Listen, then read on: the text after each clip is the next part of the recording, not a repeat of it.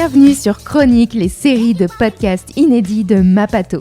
Dans nos podcasts, nous donnons la parole à des patients, des aidants et des soignants. Alimentation, sexualité, travail, gestion du quotidien, prise en charge. Nos invités nous partageront leurs expériences, leurs conseils et leurs visions. L'objectif est simple, informer et déstigmatiser la vie avec une pathologie dans un esprit positif et collaboratif. Je suis Lorraine, je suis patiente chronique et je serai votre hôte sur Chronique.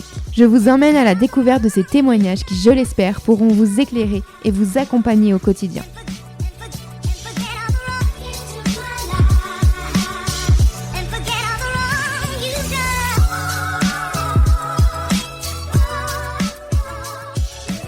Ce nouvel épisode de Chronique est rendu possible grâce au site autisme-et-sommeil.fr.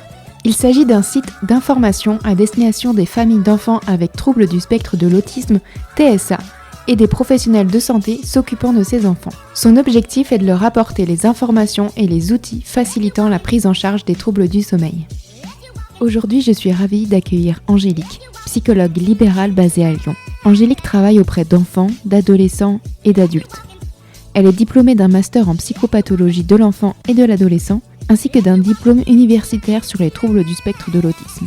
Dans cet épisode, nous plongeons dans le fascinant univers des relations sociales chez les personnes vivant avec un trouble du spectre de l'autisme, TSA. Nous explorons différentes thématiques, les défis courants des personnes vivant avec un TSA, les difficultés de communication et relationnelles, les stratégies à mettre en place et bien d'autres choses. Nous aborderons à la fois les relations amicales ainsi que les relations amoureuses.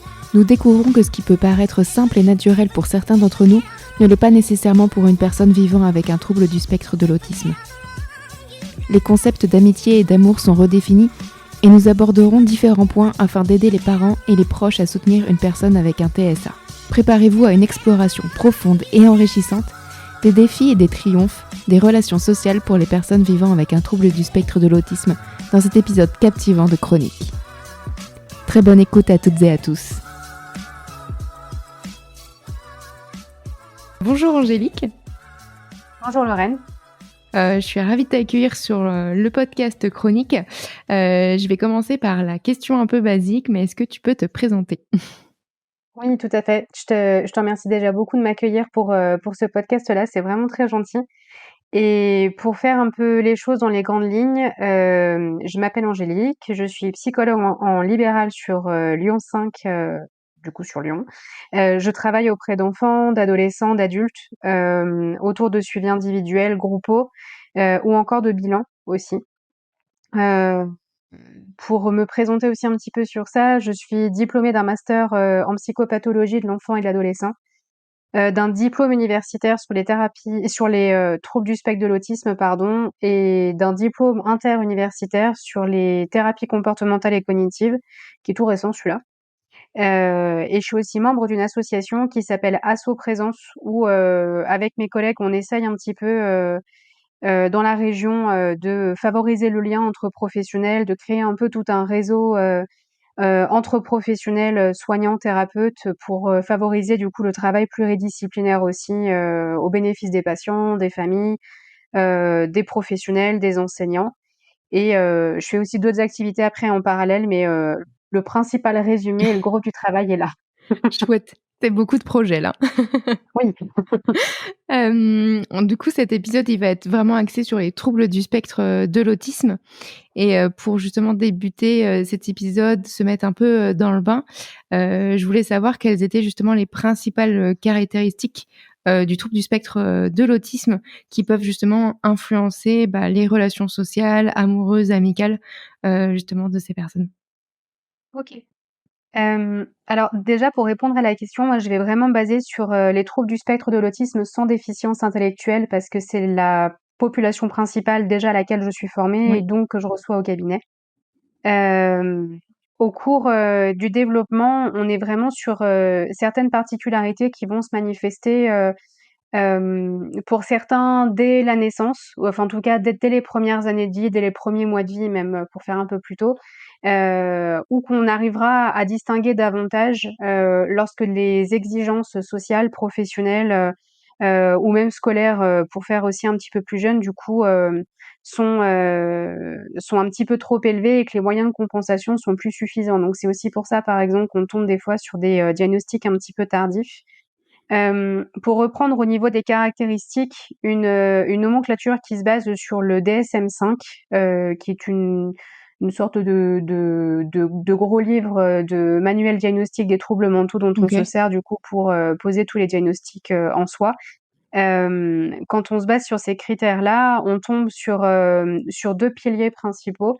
Il y a l'altération de la qualité de la communication sociale et des interactions sociales. Ce sont vraiment les deux points, les deux pôles qu'on retrouve le plus fréquemment chez les personnes avec un trouble du spectre de l'autisme. Et l'autre, ça concerne plutôt des comportements, des intérêts qui peuvent être restreints, répétitifs et stéréotypés. Donc, c'est-à-dire qu'il n'y en a pas beaucoup. Ça, c'est souvent les mêmes qui reviennent et ils sont un petit peu tout le temps de la même façon. Donc ce sont souvent ces deux choses-là en tout cas qu'on retrouve quand on parle de TSA. Pour donner quelques exemples illustrés, ce qu'on retrouve dans le développement et ce qui concerne du coup ces caractéristiques-là, ça peut être des difficultés par exemple avec l'implicite, le second degré, pour percevoir l'ironie, le mensonge, les sous-entendus dans les relations. Dans une relation sociale ou même amoureuse, du coup, cette communication, elle est quand même vraiment compliquée parce que c'est tout le temps bourré du coup de sous-entendus et d'implicites, notamment dans les jeux de séduction, par exemple, ou quand on veut dire à quelqu'un qu'on aimerait bien être ami avec lui et du coup qu'on le dit pas forcément explicitement non plus, c'est pas défini avec un contrat qu'on signe entre deux personnes. Et du coup, comment capter ces signaux-là quand une personne aussi peut flirter avec nous, ça peut poser un petit peu problème. On peut facilement passer à côté et pas forcément comprendre ce qui peut être attendu. Et du coup, il peut aussi y avoir de l'autre côté facilement des quiproquos, par exemple. Quand on se comporte de façon un petit peu familière, par exemple avec quelqu'un parce qu'on a appris qu'on pouvait fonctionner comme ça avec les gens, et en fait, la personne en face de nous va l'interpréter comme si on voulait avoir une relation amoureuse ou même sexuelle, alors qu'en fait, c'est pas du tout le cas. Et du coup, il D'accord. peut y avoir des petits faux pas comme ça. Quand on parle de TSA, on est vraiment sur ce côté assez fréquent où on retrouve une forme de naïveté sociale. Ça, c'est assez fréquent et ce qui pose souci dans ce cadre-là, c'est que les personnes peuvent être facilement taquinées, elles peuvent on peut facilement les utiliser en fait quelque Mm. part si on a de mauvaises intentions vis-à-vis des gens.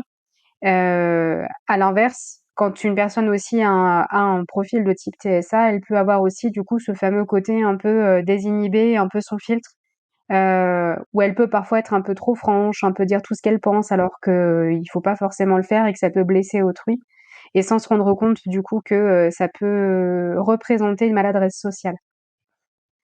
Dans les TSA, on retrouve aussi par exemple ce qu'on appelle un défaut de cognition sociale. Ça, c'est vraiment la base principale sur laquelle nous on s'appuie pour pouvoir travailler après en thérapie.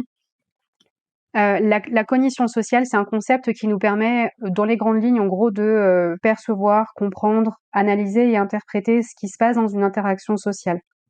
Dans ce processus, on parle par exemple de la théorie de l'esprit. Ça, c'est une Ok. capacité qui permet qu'on puisse se représenter ce qu'il se passe dans la tête, en gros, d'une autre personne. Pour imaginer ce qu'elle peut penser, ce qu'elle peut ressentir dans telle ou telle situation, qu'on puisse essayer de se mettre un peu dans ses chaussures mentales, Mm. pour reprendre l'expression d'une de mes profs à la fac. Et ça nous permet facilement de pouvoir anticiper en fait les actions de la personne, de nous y adapter, d'y répondre aussi, mais vraiment de nous ajuster au mieux en fait pour que l'interaction se passe bien et qu'on puisse anticiper un peu d'éventuels besoins. Et dans les TSA, cette cognition sociale et du coup cette théorie de l'esprit, du coup, sont souvent déficitaires et du coup, ça peut expliquer aussi pourquoi une personne aura du mal, une personne qui a un TSA, pardon, aura du mal à percevoir et à comprendre les émotions chez une autre personne, à comprendre et à utiliser aussi les différents codes sociaux, les différents concepts parce que encore une fois, tout n'est pas écrit explicitement comme un texte de C'est loi ou ça. comme un règlement intérieur. Hem Ce qui interfère aussi souvent d'ailleurs dans les profils, dans certains profils de type TSA, parce que c'est pas dans tous les profils non plus, c'est ce qu'on appelle le défaut de motivation sociale. Et ça, on le retrouve, par exemple, quand certaines personnes ne sont pas du tout, alors pas du tout intéressées par les relations, sociales, amoureuses, c'est pas du tout leur truc et du coup, elles cherchent vraiment pas à s'y engager, elles font pas d'efforts du tout, pour aller vers les autres et à l'approche sociale, quand quelqu'un essaye de les approcher, même pour discuter, pareil, elles vont pas cultiver le lien, en fait. OK. Hem et du coup, ça peut être assez compliqué, y compris pour nous, en fait. Quand on s'engage dans un travail thérapeutique avec ces personnes-là, quand il y a un défaut de motivation sociale, c'est pas toujours évident, de cultiver, du coup, les habilités sociales et de les amener, en fait, à travailler cette compétence qui est déficitaire chez eux et qui cause des difficultés, si déjà il y a pas d'intérêt à la base et de cultiver cet intérêt, c'est un peu, le parcours du combattant. C'est ça. Sur un autre plan aussi, en lien avec le deuxième pilier, du coup, des TSA, donc ce qui fait partie des comportements, des intérêts, restreints, répétitifs, stéréotypés qu'on avait expliqué tout à l'heure. Cette, caractéristique-là, elle aide pas toujours non plus pour le coup, à se faire des amis, surtout quand on est petit. C'est Ah vraiment au oui. tout début que ça devient même compliqué. J'ai déjà rencontré par exemple des enfants, qui étaient passionnés, pour donner quelques exemples d'intérêts, de préoccupations, par des poussettes, par des canadaires, par des dinosaures, par les chevaux, par des cuillères en porcelaine aussi. J'avais déjà rencontré ça, c'était assez étonnant. Plus communément par les lignes de transport en commun et cetera et à chaque fois ces intérêts-là, en fait, ces préoccupations sont vraiment très poussées.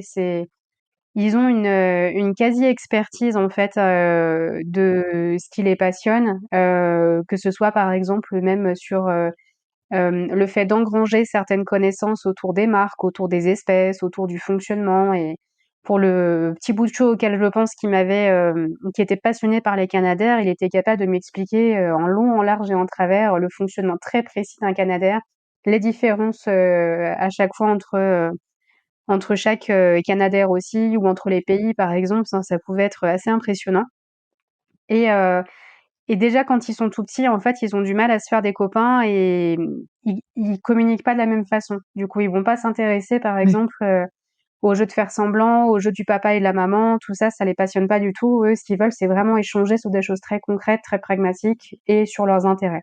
C'est ce qui vraiment les passionne plus et du coup, bah, ça limite un peu les interactions déjà tout jeunes. C'est ça.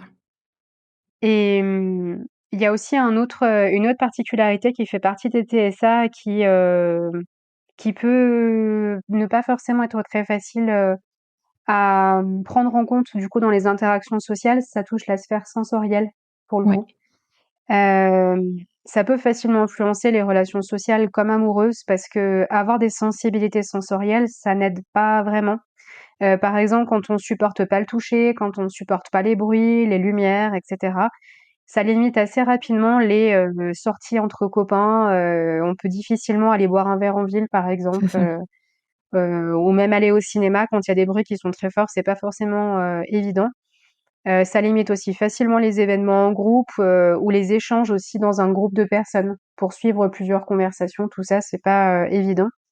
Et ce que je voulais relever aussi là-dessus, c'est que même si une personne, qui a un profil de type TSA va se forcer, elle arrivera rapidement en fait à saturation à chaque Mmh. fois. Donc, c'est-à-dire qu'elle peut se forcer par exemple à faire une sortie pour participer à une fête de coloc, ce soir, mais, il lui faudra peut-être plusieurs jours pour récupérer par la suite, tellement elle sera à saturation et tellement elle aura fait d'efforts et elle se sera épuisée C'est pendant ça. cette soirée-là, en fait. Mmh. Donc c'est pas évident non plus. Et de façon générale, en fait, ce qu'on peut retenir vraiment là-dessus, c'est que ce qui peut nous paraître, nous, simple et naturel, spontané, en fait, ça l'est pas forcément de la même façon, chez une personne qui a un Mmh. diagnostic de TSA. Et pour donner un autre exemple, quand on démarre une conversation, on va le faire vraiment sans se poser de questions, en fait. On va pas Ouais. chercher, à décortiquer précisément qu'est-ce qu'on va dire, qu'est-ce que la personne va répondre, qu'est-ce que, on doit, enfin, comment est-ce qu'on doit ponctuer notre phrase aussi ou autre. Et on peut initier les choses un peu plus facilement et naturellement, et y compris s'inscrire dans un mode un peu ping-pong, pour pouvoir discuter avec la personne.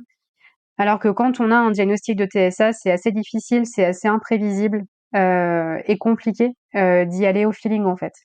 Il faut souvent un temps de préparation, il faut beaucoup scénariser les choses Et souvent ces personnes-là, en tout cas pour l'avoir rencontré assez fréquemment, elles ont souvent des patterns de réponse, en fait, qui sont déjà un peu tout prêts.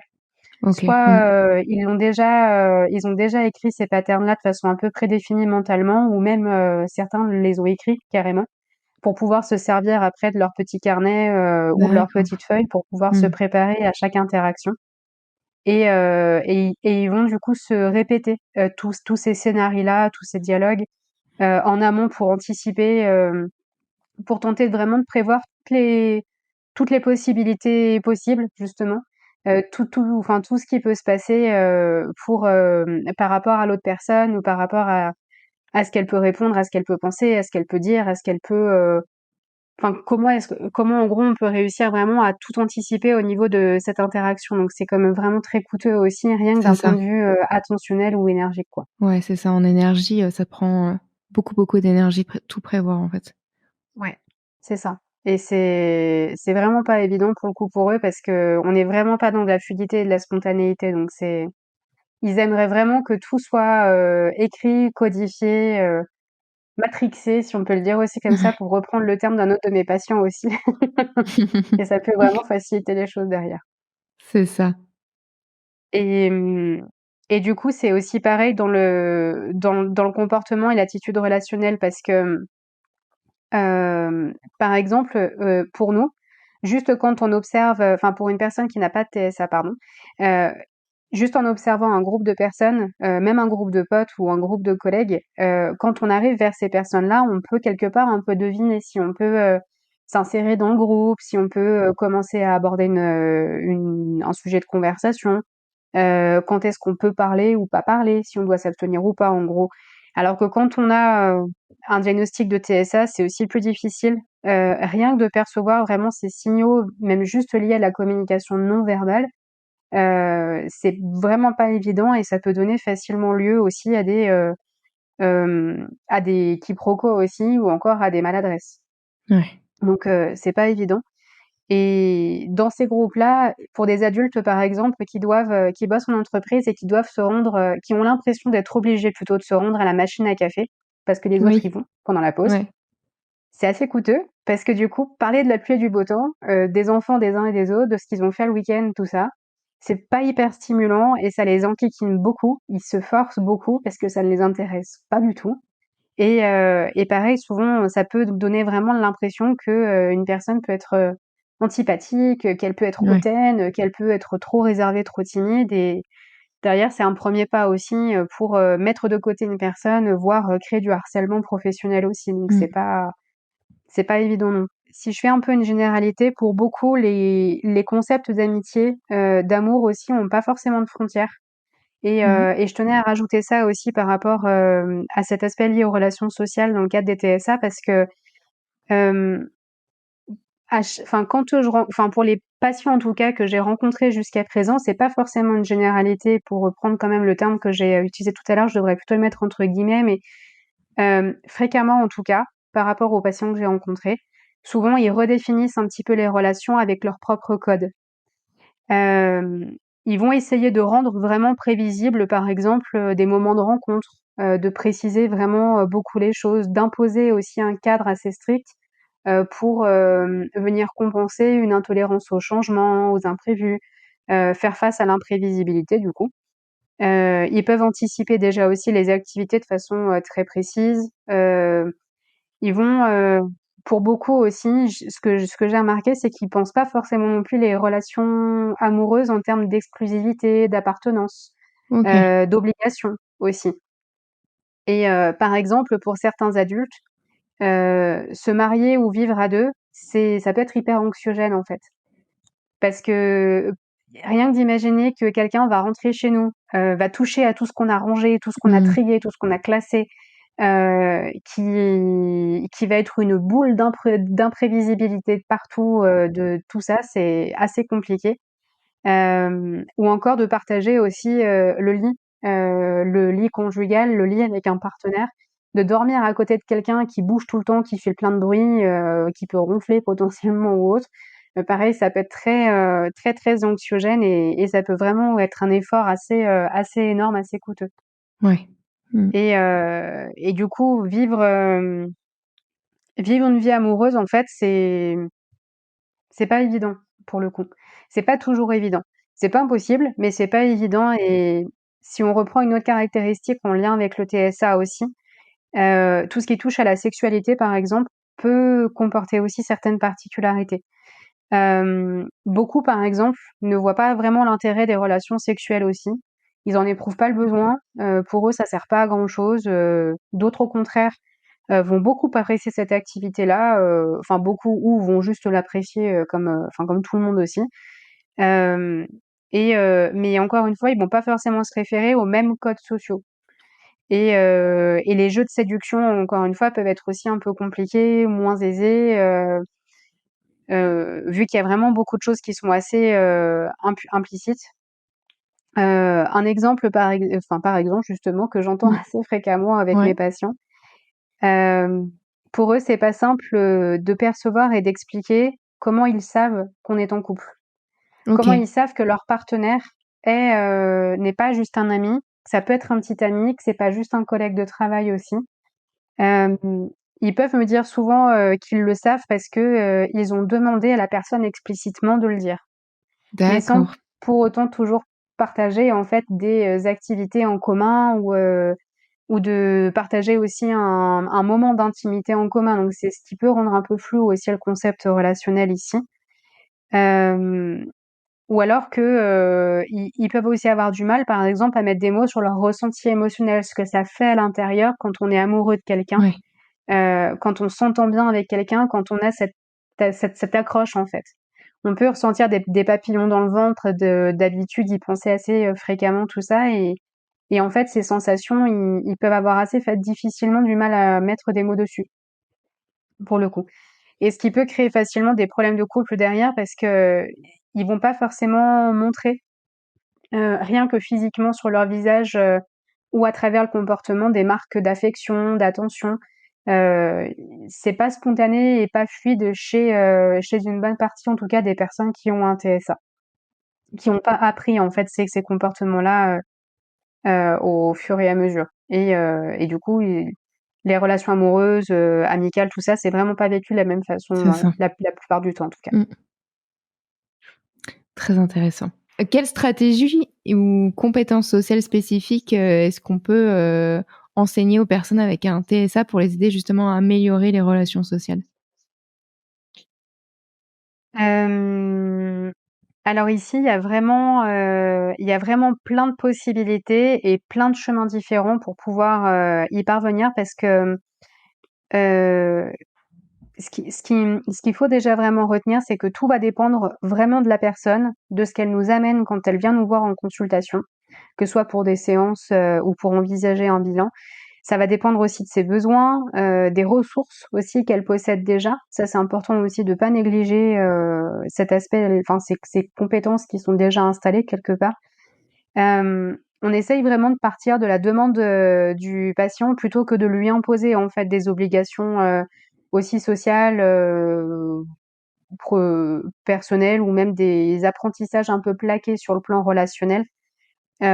Juste parce qu'il faudrait en fait faire comme tout le monde. Ça, C'est ça. c'est effectivement pas quelque chose qu'on Mmh. fait du tout. Hem, on essaye vraiment du coup de partir de sa demande et de ses compétences, déjà installées pour, tenter de discuter un peu déjà aussi avec le patient des axes d'intervention. Ouais. Heu, encore une fois, on n'impose pas, on en discute, on propose des choses et on voit ce que le patient aussi nous dit par rapport, à tout ça. Et là, par exemple, le bilan peut être quand même vachement intéressant parce que, quand il y a eu un bilan pré-diagnostic d'autisme ou un bilan d'autisme, clairement posé, par des centres experts, ou fait justement en libéral, on peut reprendre ce bilan-là aussi pour pouvoir reprendre avec le patient ses points forts, ses points Mmh. faibles dans tel et tel domaine. Et on a déjà un peu une base, comme une carte C'est routière en ça. fait, Mmh. sur laquelle on peut s'appuyer. Et tant au niveau de l'aspect cognitif, par exemple, si jamais, il y a pu y avoir un bilan du QI, qui peut être intéressant aussi pour pouvoir faire le point sur, les capacités d'apprentissage, voir un petit peu où il en est par rapport à son groupe d'âge, au niveau logique, au niveau de la mémoire, de l'attention, du langage, et cetera. Les points forts et les points faibles aussi qu'on peut retrouver au niveau de la cognition sociale, justement, dont on parlait tout à l'heure. et de l'intensité aussi des symptômes du TSA. Est-ce qu'on est sur quelque chose qui est vraiment très marqué, très visible, très envahissant et impactant? Ou est-ce qu'on est sur une forme qui peut être plus légère aussi et du coup compensée par quelque chose et dans ce cas-là, par quoi? OK, d'accord. Le bilan, il est aussi vachement intéressant parce qu'il nous permet d'avoir accès, à d'autres éléments qu'il faut pas oublier. On parle souvent de TSA, mais le TSA existe aussi rarement tout seul. Il s'associe souvent à ce qu'on appelle des comorbidités, donc Ouais, c'est-à-dire toute une association, de profils, de diagnostics, ça peut être de l'anxiété, de la dépression, des TOC, une phobie, spécifique, un refus scolaire anxieux, enfin, on peut avoir vraiment beaucoup de choses. Et c'est important aussi pour nous de voir si dans le bilan, généralement c'est le cas, mais il faut quand même qu'on fasse attention à ça, c'est au niveau de ce qu'on appelle le diagnostic différentiel. C'est-à-dire de bien faire attention que, les manifestations du patient qu'il exprime au cours de sa vie et depuis un certain temps soient bien expliquées aussi par un trouble du spectre de l'autisme et pas par autre chose. OK. Parce on peut souvent retrouver aussi des choses comme ça qui sont pas forcément évidentes, pour le coup. Et du coup, il faut bien qu'on fasse attention, à l'aspect diagnostic, comorbidité et diac différentiel. Et quand on reçoit du coup le patient, qui nous amène toutes ces problématiques, qu'on fait un petit peu le tour du coup de ses besoins, tout ça, en séance, on essaye vraiment, enfin ça, c'est quand même vraiment super important de l'aider à comprendre d'abord et avant tout, son, fonctionnement. Comment il fonctionne? Qu'est-ce que c'est que son diagnostic? Comment ça s'exprime? Quels seront les impacts dans la vie? Quels sont les points forts aussi de ce mode de fonctionnement? Donc on fait beaucoup ce qu'on appelle de psychoéducation avec le patient. Que ce soit encore une fois sur le TSA, les comorbidités, C'est ou ça, autres. c'est de l'impliquer au maximum. Ouais, tout à fait. Et plus en détail avec des exemples, si jamais on reçoit par exemple un patient qui a un diagnostic de TSA, donc toujours, sous l'axe du coup de sans déficience intellectuelle pour reprendre aussi cet aspect-là. Donc si on reçoit un patient pardon, qui a un diagnostic de TSA et qui rapporte des difficultés, sociales, relationnelles, d'ajustement, par exemple, il a du mal à se faire des copains, il n'arrive pas à s'entendre avec ses collègues, il a du mal à garder des relations amoureuses, il y a souvent des ruptures qui sont présentes, ou encore s'il amène, par exemple, des difficultés de compréhension des codes sociaux, on peut OK, proposer des axes, d'intervention. Par exemple, ça peut être un travail autour des émotions pour essayer de mieux apprendre du coup à les lire, à les comprendre, à les interpréter, que ce soit chez les autres, mais aussi chez lui-même, parce que c'est souvent un point qui est pas facile de mettre en mots ses émotions, ses ressentis physiques associés. Et donc de pouvoir apprendre à lire aussi, les expressions faciales émotionnelles derrière. On peut travailler autour des concepts sociaux, des faux pas relationnels, des maladresses sociales qui ont pu exister ou qui peuvent encore exister aujourd'hui. On peut travailler l'ajustement à l'autre aussi en fonction, du cadre relationnel, pardon, dans lequel on se trouve. Si on est face à des amis, à de la famille, à notre chef, par exemple, aussi en entreprise. C'est important du coup de bien décortiquer ça. Heu, sur ce même plan, on peut aussi apprendre au patient, et regarder avec lui comment on fait pour décortiquer une interaction, dans OK, le détail du coup ouais. cette fois-ci. Comment on fait pour, décortiquer des, intentions, chez une personne, un ami, un partenaire? Comment rendre visible l'invisible, en fait? Comment rendre explicite l'implicite, les sous-entendus, justement ces petits jeux qui peuvent exister, dans la communication non verbale aussi, pas que verbale. Ouais, en fait, c'est d'analyser la situation pour que la personne le comprenne au maximum. Mais du coup, c'est de l'analyser ensemble ou de faire en sorte que lui puisse l'analyser seul, par la suite? En fait, il y a les 2. On OK, essaye vraiment de le faire ensemble en séance et après c'est vachement intéressant d'essayer de proposer aux patients aussi de répliquer ce qu'ils voient en séance, ouais, chez lui. Et par exemple, qu'ils puissent être confrontés, à des expériences sociales à tester, à des exercices à faire à la maison sur des objectifs très précis. Mais effectivement, c'est comme un sportif, en fait. L'entraînement est indispensable aussi. Ce qu'on voit en séance, c'est bien, mais s'il y a pas de généralisation dans le quotidien, c'est ça. ça a pas de sens aussi. Mmh. Sur le même plan d'ailleurs, on peut travailler, de la même façon, autour par exemple de l'affirmation de soi, de la confiance en soi, parce que ça, ce sont souvent du coup des choses qui sont, au ras des pâquerettes quand on reçoit les patients, s'ils ont vécu du coup des choses qui peuvent être assez compliquées. Hem, sur un autre point aussi, par exemple, pour l'aspect, qui touche aux relations amoureuses ou aux relations intimes, ça, c'est aussi des choses sur Ouais. lesquelles on peut intervenir. OK. Hem, on peut aborder, par exemple, les notions de, sexualité, d'essayer de regarder comment est-ce qu'on peut aider la personne, à trouver un apaisement au niveau de sa relation conjugale, sa relation, ses, relations sexuelles aussi. De regarder comment est-ce qu'on peut aussi l'aider à, trouver quelque chose qui lui convienne, pour sa vie sexuelle, intime, justement. Parce que c'est pas toujours évident de pouvoir jongler aussi sur ces tableaux-là et même s'ils abordent le sujet assez spontanément et assez facilement, ça peut représenter rapidement un frein, Ouais. suivant la personne avec qui ils vivent, par exemple. Mmh. Mais du coup, là, est-ce que, je sais pas, est-ce qu'il y a des sexothérapeutes qui peuvent intervenir dans ces sujets-là ou alors pas du tout?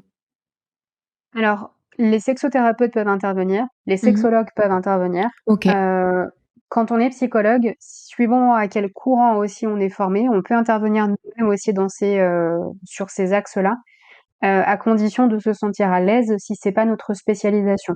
Il y a aussi ça, qu'il faut bien prendre en compte.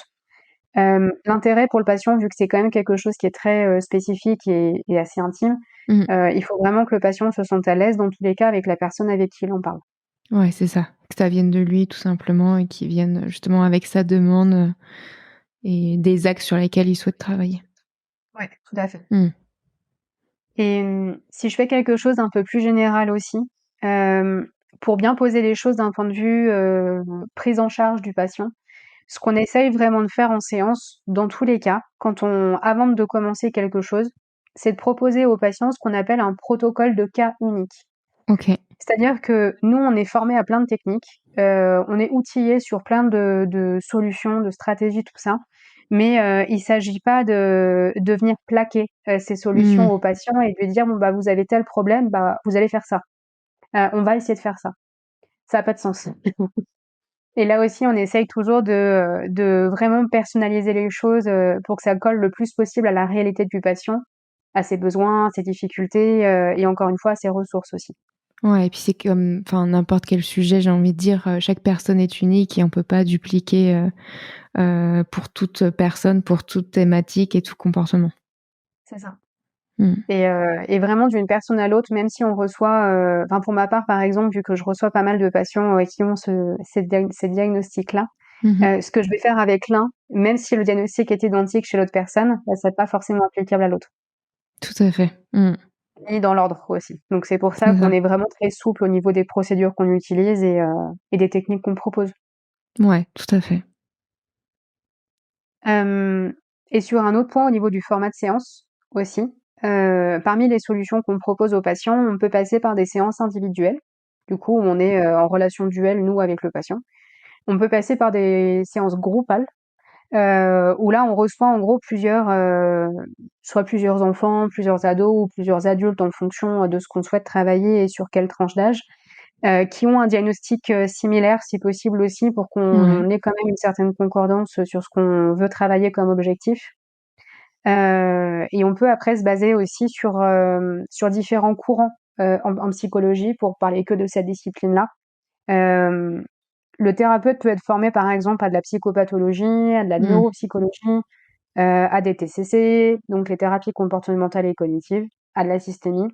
Enfin, il y a vraiment plein de courants qui Ouais. peuvent exister du coup en psycho et donc tout dépend du coup, pour le patient, par rapport aux techniques qui lui sont proposées, tout va dépendre de l'obédience du thérapeute du coup, et du courant enfin auquel il a été formé, des besoins du patient et par exemple de mon côté, vu que je suis formée aux thérapies comportementales et cognitives, ce sont des techniques qui peuvent très bien convenir à un patient, mais pas à un autre non plus.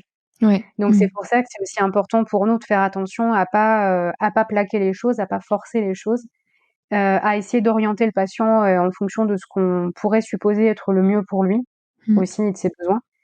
Hem et il y a pas de solution unique non plus. Ce qui compte vraiment le plus, c'est que le patient se sente à l'aise avec son thérapeute, qu'il y ait une bonne confiance, une bonne alliance thérapeutique, qu'il voit des progrès aussi arriver au Mmh. fur et à mesure. Et les prises en charge au niveau des solutions proposées peuvent se faire en libéral, dans des centres experts ou des centres spécialisés, aussi. On peut aussi trouver des choses qui peuvent être proposées par des associations. Ça peut exister, aussi. Et encore une fois, vraiment l'essentiel, c'est que ça convienne aux patients, peu C'est ça. importe le format et tout. Mmh. Et justement, est-ce que tu peux fournir des conseils pour aider les personnes, avec un TSA, justement à développer des compétences en matière de relations, amoureuses avec des exemples un peu concrets? Pour le patient, comme pour son entourage ou éventuellement pour des membres de la famille aussi qui souhaiteraient peut-être aussi aider, si j'élargis un petit peu du coup, ce champ-là. Hem, c'est pas toujours évident de pouvoir s'inscrire aussi dans une aide et certains patients peuvent avoir du mal à se mobiliser seuls. Certaines familles ou certains membres de la famille, ne se sentiront pas forcément aussi de pouvoir aider, leur enfant, leurs frères et sœurs en fonction, des besoins. Donc c'est vraiment important aussi qu'ils puissent dans tous les cas se faire aussi aider pour ça, soit par un professionnel extérieur, par des associations ou autres. Si je reviens sur quelque chose de plus spécifique, par rapport à des stratégies un peu plus concrètes qui peuvent, être données, ce qu'on pratique souvent en cabinet et ce qui peut vraiment être répliqué à la maison, ça peut être par exemple des jeux de rôle qu'on peut OK. faire assez facilement, à condition de se sentir à l'aise. Des jeux de rôle sur des situations de la vie quotidienne, sur des situations qui vont arriver, bientôt. Par exemple, ça peut être sur un entretien d'embauche, ça peut être sur, comment j'invite, ma copine au cinéma, comment je fais pour, discuter au téléphone avec un copain aussi. OK. OK. Ça peut être des choses comme ça. Heu, on peut aussi passer par des jeux de société qui peuvent être adaptés en fonction de l'âge, bien évidemment, de la personne concernée, mais les jeux de société peuvent concerner du coup, un travail sur les émotions, sur les habilités sociales, sur les concepts relationnels, pour essayer, d'engager une conversation, pour essayer, de voir par exemple quand je me dispute pardon avec un copain, qu'est-ce que je dois faire? Comment je dois réagir? J'ai une amie, qui s'est fait larguer par son copain, comment est-ce que je fais pour lui offrir du réconfort? OK. Ça peut être vraiment Mmh. sur des tips un peu comme ça et des sujets assez précis. Hem Pour les jeunes, ça, c'est plutôt pas mal. Les enfants et les ados, ils apprécient bien généralement ce genre de jeu parce qu'ils sont en plein dedans, du coup, avec la Ouais, scolarité, c'est ça. avec leurs relations, sociales où ils baignent dedans tout le temps et souvent ça leur plaît bien.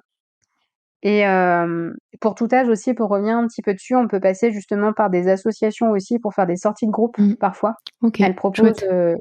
ouais, souvent ça sur des activités communes et c'est assez intéressant parce qu'il y a le côté où ça permet du coup aux jeunes, peu importe l'âge, d'être confrontés un peu à d'autres jeunes qui ont le même profil que lui et du coup potentiellement les mêmes intérêts.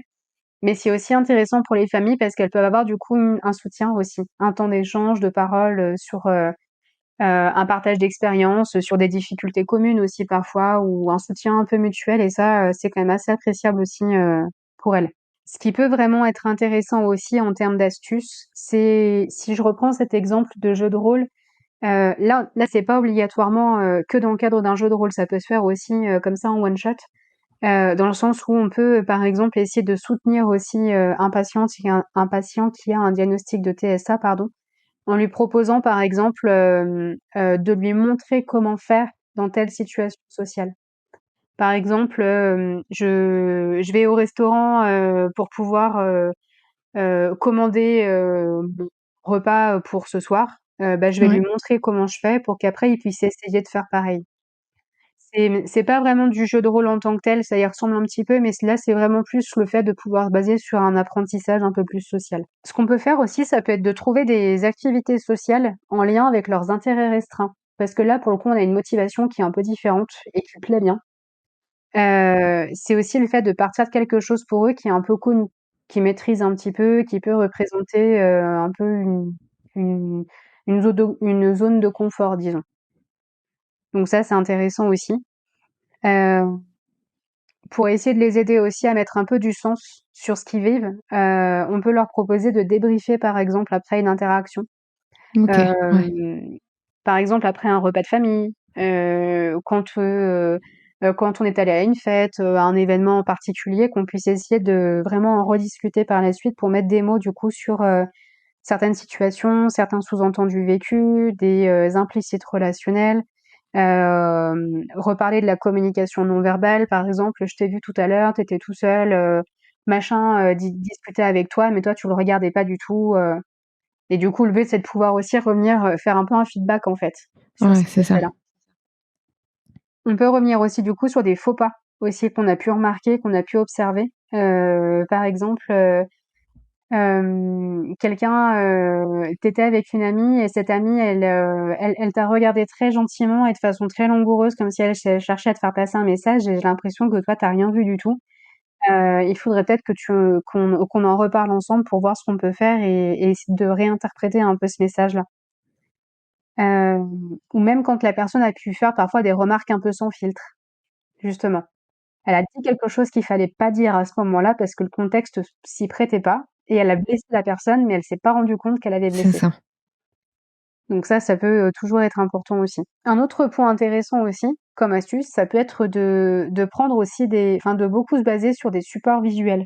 OK. Hem, Ouais. j'ai pas mal d'adultes, qui ont longuement fait ça en se basant eux-mêmes sur des séries, sur des films, OK. hem, qu'ils pouvaient regarder un peu en boucle, du coup aussi et beaucoup répéter des scènes, sur un mode communicationnel en particulier entre 2 personnes dans un groupe pour essayer d'imiter la personne le plus possible et quasiment, à l'action près, au millimètre près, dans les paroles près. Et l'idée de passer par ça, c'est vraiment aussi d'essayer d'apprendre et de comprendre, certaines interactions.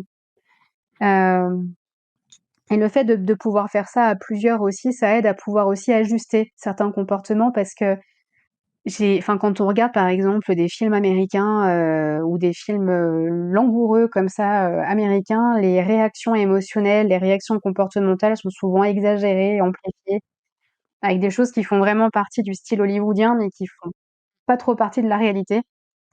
Et C'est vrai. de pouvoir regarder à 2, ça permet de vraiment ajuster pour le coup. Mmh. Ça aide un petit peu à pouvoir vraiment, limiter aussi le fait de plaquer les choses. C'est ça. Hem, pour les ados et les adultes aussi, on peut essayer de les encourager, voire de les entraîner pour le coup, à entretenir aussi des relations par téléphone pour essayer de garder le lien. Parce que souvent quand, par exemple, ils ont des copains, qu'ils ont rencontrés à la fac, qui ont fait partie du lycée, avec qui ils se sont bien entendus, ils vont pas forcément avoir le réflexe de prendre le téléphone et de les appeler ou de leur envoyer des textos juste pour prendre des nouvelles. Parce que ça aussi, c'est un code qui est pas, marqué noir sur blanc pour expliquer comment il faut faire ou pourquoi il faut le faire et ils vont pas y penser spontanément, ça les intéresse peut-être pas forcément non plus et le fait de pouvoir les amener un peu là-dessus, ça peut aider. Il y a encore deux autres trucs que je vois, qui peuvent aider un petit peu. Par exemple, pour entraîner à la conversation et notamment aux bavardages sociaux, qui est un des points assez compliqués aussi, quand on a un diagnostic de TSA. Discuter de la pluie et du beau temps, parler de tout et de rien, ça les intéresse pas trop. Il faut un intérêt en jeu, faut pouvoir discuter un petit peu de tout ça, mais avec vraiment quelque chose qui les intéresse prioritairement et les bavardages sociaux, ça peut vite les agacer, vite les enquiquiner. Et du coup, on peut essayer de temps en temps, par exemple, de revenir, explicitement sur les différentes étapes d'une conversation. Comment je fais pour initier, maintenir, terminer une conversation? Est-ce que je peux essayer de constituer un peu une banque de différents sujets possibles qu'on peut aborder avec une personne selon, le contexte dans lequel je la rencontre, avec un collègue de travail, avec une amie, avec une meilleure amie, pour essayer de diversifier un petit peu les sujets et d'amener un peu plus, de connaissances et de spontanéité aussi aux besoins. Ouais, c'est ça. Mmh. Ce qu'on peut essayer de travailler aussi, c'est la distanciation physique. Ça, c'est moins fastoche pour le coup, parce que on peut essayer de passer par du contact tactile progressif. OK. Certains sont beaucoup dans l'évitement, comme on pouvait le dire tout à l'heure, parce que l'aspect sensoriel est vraiment compliqué. Pour d'autres, il y a pas de distanciation, c'est-à-dire qu'ils peuvent facilement rentrer dans votre bulle, ils peuvent être un peu bruts de décoffrage comme ça, dans la relation et manquer un petit peu d'appréciation de la distance physique à adopter selon les personnes, selon les catégories de personnes qu'on rencontre. Et par exemple, si on est face à une personne qu'on a, dans notre vie pro, dans notre vie perso, voire intime, on n'a pas la même distance, enfin on se met pas à la même distance et on discute pas des mêmes choses non plus. Donc ça, c'est quelque chose qu'on peut aussi aborder, pour le coup. Et de façon générale, avec toutes ces astuces-là, en fait, ce qui est vraiment important, c'est d'essayer de passer tout le temps par des étapes qui sont surtout explicites, qui peuvent être étayées par des supports visuels aussi pour avoir des feedbacks, des rappels. Des étapes aussi qui soient vraiment progressives et des entraînements qui soient réguliers, et beaucoup dans l'expérimentation, pas que dans la théorie. Et vraiment ce côté régulier est super important parce que, enfin, comme je disais tout à l'heure, c'est vraiment comme des sportifs, quoi. Si on s'entraîne pas, la capacité, on la perd assez facilement. Ouais, c'est ça. Non, c'est hyper intéressant et justement, est-ce que tu as des ressources, que tu pourrais recommander à des personnes qui ont un TSA et qui souhaitent justement, améliorer leurs relations sociales, amicales ou amoureuses? Ouais. Alors, je vais même te donner un petit exemple, en amont par rapport à ces ressources-là. Parce que j'y pense maintenant aussi. Pour donner un petit peu 2 exemples concrets et actuels aussi avec 2-3 patients que j'ai en ce moment, en suivi, qui ont eu accès à ces ressources-là. Par exemple, avec eux, je travaille par exemple, en ce moment sur la compréhension, du fonctionnement, TSA pour essayer d'expliquer un petit peu leurs particularités, leurs besoins, comment fonctionne du coup ce profil-là. Les besoins aussi, qu'ils peuvent avoir, enfin qu'ils peuvent rencontrer par exemple, par rapport à leur entourage. Donc comment eux se placent par rapport à leur entourage et comment l'entourage peut se placer par rapport à eux, pour les aider aussi à comprendre, le fonctionnement de la personne qui a eu ce diagnostic-là. Ça peut être le cas aussi pour le conjoint ou la conjointe, pour le coup, parce que c'est toujours intéressant. Hem et pour ça, du coup, on va toujours s'inspirer encore une fois, du coup, de, supports individuels, de cartes mémoire, de jeux de rôle, en séance et tout ça.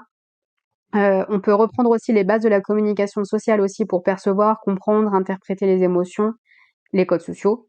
On peut essayer même des fois de faire des choses en dehors du cabinet.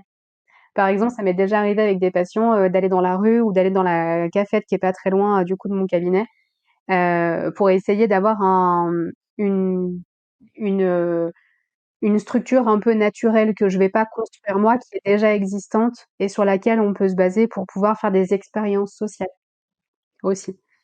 Ça peut être aussi par exemple, avec l'histoire des cartes mémoire qui sont intéressantes aussi. Là, ce sont des cartes par exemple qui peuvent résumer un petit peu la séance qu'on a faite, les principaux points qu'il faut garder en tête, les principales, notions, que le patient a compris aussi pour résumer un petit peu le contenu du coup de, sa séance-là aussi. Et ça laisse beaucoup moins de place aussi à l'implicite ou à d'autres interprétations, enfin surinterprétations qui peuvent être Ouais, c'est faites ça. aussi par rapport à ça. Et l'intérêt du coup de ces supports-là, c'est de leur proposer, comme on l'avait dit tout à l'heure aussi du coup des exercices à faire à la maison, avec des entraînements qui sont très concrets, tout ça. Et en termes de ressources pour ça, on peut s'en servir justement aussi, en se basant des fois soit sur du contenu visuel, soit sur du contenu, écrit, du contenu auditif aussi. Par exemple, on peut se baser sur des films et des séries. Il y en a beaucoup, beaucoup pour le coup qui existent. Heu, Par contre, il faut toujours faire attention sur un point parce que c'est toujours quelque chose qui vient alimenter en fait des stéréotypes. Hem, les films, les séries, les livres, ce sont des choses qui sont produites, en fonction d'une facette du trouble du spectre de l'autisme, comme pour d'autres modes de fonctionnement et c'est pas une généralité. Donc il y a des choses qui peuvent être intéressantes. Par exemple, sur Netflix, il y a la série, Atypical qui Mmh. est assez sympa. Ouais. Une autre série qui était passée, sur TF1, je crois, qui s'appelait, Good Doctor aussi. OK. Oui. Et une autre qui était passée sur France 2 il y a pas longtemps, qui, s'appelle Astrid et Raphaël. Aussi, c'est une série OK. policière avec, une adulte, qui présente un TSA justement et pour chacune de ces séries, on voit une forme, du trouble du spectre de l'autisme. C'est une facette du spectre. C'est pas quelque chose qui, c'est pas parce qu'on voit ces personnes-là qu'elles sont forcément toutes comme ça. Exactement. Mmh. Non, c'est bien de Et le ça, rappeler c'est ça. vraiment important de le nuancer, Mmh. ouais. En lecture il y a aussi des trucs qui sont pas mal, je trouve. Je vais surtout te donner du coup des exemples de choses que j'ai pu lire jusqu'à présent. Pour prendre un peu enfin les ressources qui me plaisent le mieux, il y a la BD de Julie Dachez et une co-auteure, mais je n'arrive pas à mettre le nom dessus directement, qui ont écrit La différence invisible. C'est Oui, je vois. une grosse BD qui est assez sympa. Oui. Et ça permet de parler aussi un petit peu de TSA au féminin. Toujours Ok. sur Ouais. une facette du spectre. Enfin, toutes les personnes qui ont un TSA ne fonctionnent pas nécessairement comme ça, mais c'est intéressant. Euh, pour les enfants et pour les ados, il y a aussi un petit livre illustré qui est sympa, qui s'appelle L'autisme raconté aux enfants, Ok. qui est assez Chouette. intéressant. Et après, il y a plusieurs livres de témoignages qui existent aussi. Pareil, après, il y a plein de choses à sélectionner si c'est un profil de type avec déficience intellectuelle ou sans. Il y a aussi ça. Et par exemple, pour avoir participé à la rédaction d'un de ces livres-là avec la maman d'un de mes petits patients à l'époque, elle avait écrit un petit peu l'histoire de son fils et le titre du livre s'appelle Précocité, non, Différence, précocité intellectuelle, haut potentiel zèbre, autiste Asperger. C'est un titre assez Ok. long par rapport à l'errance un petit peu diagnostique en fait de ce petit gars à l'époque. Et il y a des podcasts aussi qui sont intéressants. Par exemple, il y a un centre sur Lyon qui a sorti, il me semble bien que c'est ce centre-là, qui avait sorti un podcast qui s'appelle Troubles dans le spectre. Troubles Ok. au pluriel et Ouais. Troubles dans le spectre du coup, qui est assez sympa avec des petits épisodes qui sont assez intéressants et plutôt bien fichus, je trouve. Et il y a aussi le podcast par exemple de l'association ATFAL, Ok. qui que je trouve assez intéressant parce il y a pas mal d'épisodes qui font référence à des interventions aussi de professionnels, euh, à un regard un peu pluridisciplinaire en fait. Et après, bien évidemment, on peut toujours passer du coup par des associations, par des groupes qui peuvent exister dans les centres spécialisés.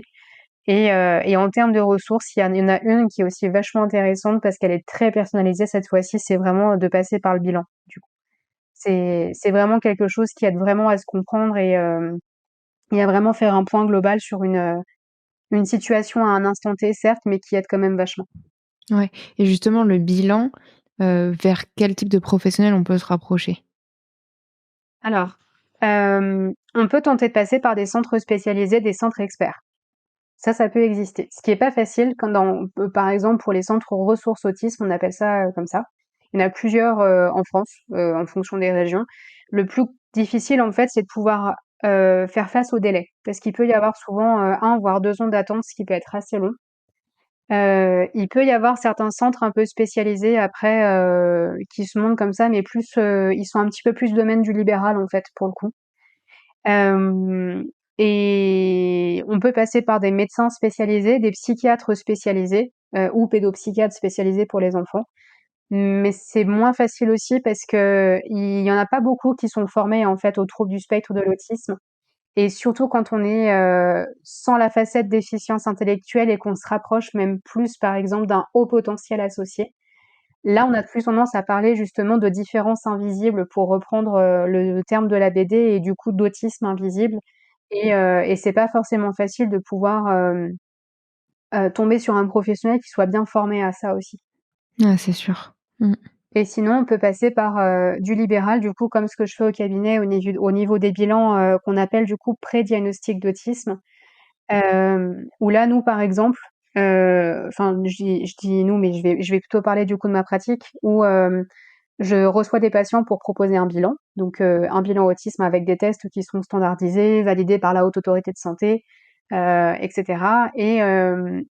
Et le but après, c'est par contre d'essayer de faire valider le diagnostic aussi par un psychiatre ou un pédopsie, parce que je suis pas médecin, donc j'ai pas le droit de valider les diagnostics toute seule. Et l'intérêt aussi de passer par le psychiatre et pédopsie, c'est pas juste de l'instrumentaliser pour ça, c'est aussi qu'il puisse participer par exemple à la coordination des soins, à ce qu'on puisse avoir un accompagnement un peu commun en fait par rapport aux patients. et ce qui puisse également participer, d'ailleurs, à la clarification justement des comorbidités et du diagnostic différentiel. Ça, c'est important. Ce qui va surtout changer, c'est le côté aussi, vraiment délai et forcément le côté financier aussi. Parce que quand on est en structure, pour le coup, les bilans peuvent être pris en charge. Quand on est en libéral, c'est du privé, donc c'est pas remboursé par la sécu. Donc ouais, c'est en fonction de la personne, du délai, de voir l'urgence ou pas justement du diagnostic. Mmh. Est-ce que justement tu peux nous partager, des histoires de réussite ou des exemples, de personnes qui ont réussi justement à développer des relations, sociales, amoureuses, épanouissantes? Ouais, j'en ai quelques-unes. Je repense à un ado, par exemple, qui était venu me voir il y a de ça à peu près 1 an ou 2, qui était renfermé comme, enfin énormément renfermé. Il y avait une dépression aussi qui commençait à s'installer, tellement il souffrait du coup de sa solitude et du fait de pas comprendre les relations sociales et de pas réussir à se faire de copains. Surtout ça, c'est ce qui était vraiment le plus coûteux, avec son entrée, au lycée. Avec lui, on est passé par un suivi individuel et un suivi groupal avec, certaines astuces justement, certaines stratégies thérapeutiques, comme ce qui a pu être mentionné tout à l'heure et enfin, il m'a beaucoup impressionnée parce qu'en séance, c'était marrant parce qu'il donnait pas tant le change que ça. Il était un petit peu sur la réserve avec moi et en fait, au fur et à mesure, il s'est ouvert, mais vraiment comme une fleur. Il a été, il a vraiment pu améliorer sa communication non verbale, le contact visuel. Il était beaucoup plus présent dans la relation. Il a adoré faire des jeux de rôle. Ça, c'était vraiment son truc pour le coup. C'était pas toujours ajusté. Il y avait parfois quelques réponses plaquées, quelques maladresses, tout ça, mais pour le coup, on rigolait bien quand même en séance. Et pareil, dans le groupe, il m'a épatée parce que au tout début, je m'attendais vraiment à ce qu'il soit en retrait, à ce qu'il participe pas avec les autres et à ce qu'il les calcule pas et qu'il soit assez silencieux pour le coup. Et en fait, il m'a vraiment épatée parce qu'il a fait tout l'inverse de ce que je pensais. Il était justement très ouvert, il donnait à chaque fois ses idées, c'était toujours le premier à participer aux jeux de rôle, parfois même à montrer l'exemple aux autres sur certaines choses qu'il avait expérimentées et qui marchaient. Et au fur et à mesure, du coup, il a réussi à se faire des copains au lycée. Maintenant, il va très bien. Il y a plus, aucun symptôme du coup, qui pourrait traduire une dépression ou autre et ça roule en fait. Donc ça, c'est quand même vachement cool. Ouais. C'est Bien évidemment, c'est pas là pour l'instant, il a pu, gravir cette première marche, faire des progrès là-dessus.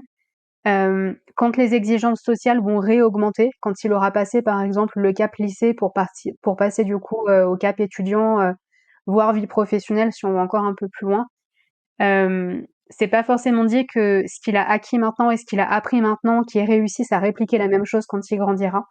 Et auquel cas, c'est pas très grave non plus parce qu'on pourra réajuster ça ensemble aussi, toujours en fonction de ses besoins et de ce qu'il cherche. Et ça peut très bien marcher aussi. Et dans ce cas-là, tant mieux, moi ça me va très bien. Hem, pour donner un autre exemple aussi, j'avais une autre patiente, qui elle avait, pour le coup des difficultés de couple, pour le coup. OK. C'était assez compliqué parce qu'elle a vécu dans le passé, plusieurs agressions, sexuelles justement du fait de cette naïveté sociale.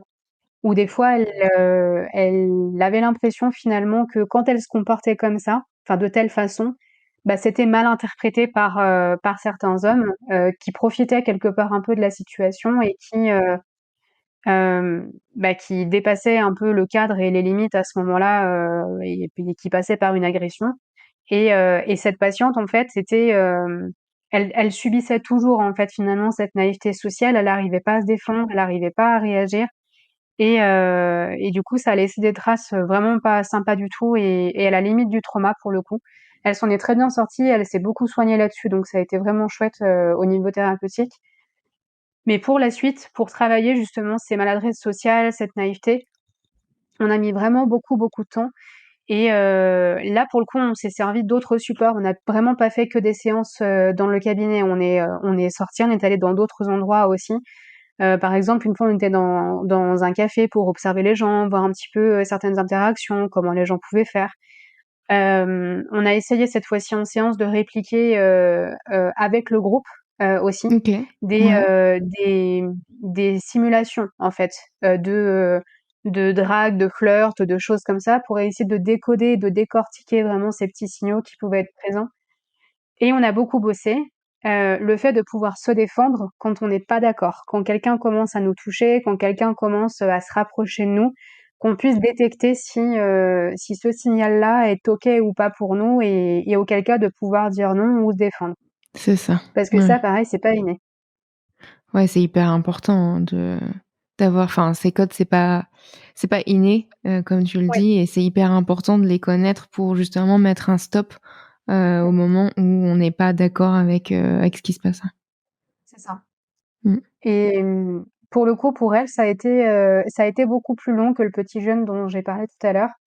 Mais pareil, elle a vraiment pas mal avancé. Elle avance toujours parce que je l'ai toujours en suivi. Elle avance toujours de son petit bonhomme de chemin et ce qui est intéressant, c'est elle a vraiment répliqué le contenu des séances en faisant ses propres expériences.